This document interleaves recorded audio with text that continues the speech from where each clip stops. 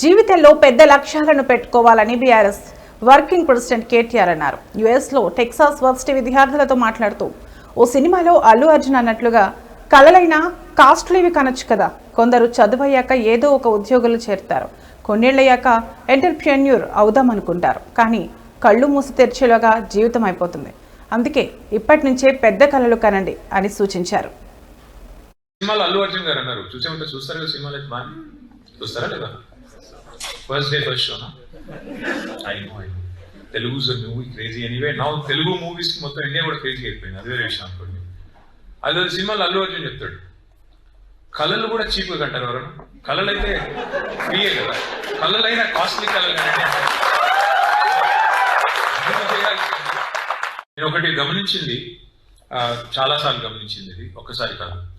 జనరల్గా ఇండియాలో చూస్తే హైదరాబాద్లో చదువుకునే పిల్లలు ఉన్నారనుకోండి, ఇంజనీరింగ్ కానీ లేకపోతే స్టెమ్ ఎడ్యుకేషన్లో మ్యాథ్ కానీ లేదా engineering, stem, science etcetera whatever చదివేటప్పుడు, మెడిసిన్ కానీ చదివేటప్పుడు what I use to observe from my personal experiences, Tier 2 towns నుంచి వచ్చిన పిల్లలు ఉంటారు కదా, ఓ సత్తుపల్లి నుంచో, ఓ కోదాడ్ నుంచో, ఓ బాన్స్వాడ్ నుంచో వచ్చిన పిల్లలు, compared to the kids from Hyderabad or Warangal, they tend to have more fire in their belly.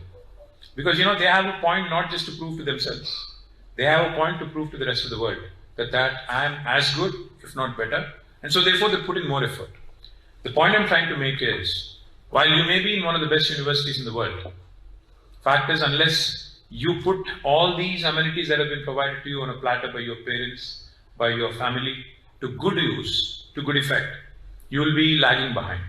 That's the one thing I want to say, because as soon as I walked in here, I asked Sri Harshita, I asked Tarun, what is the startup ecosystem here like?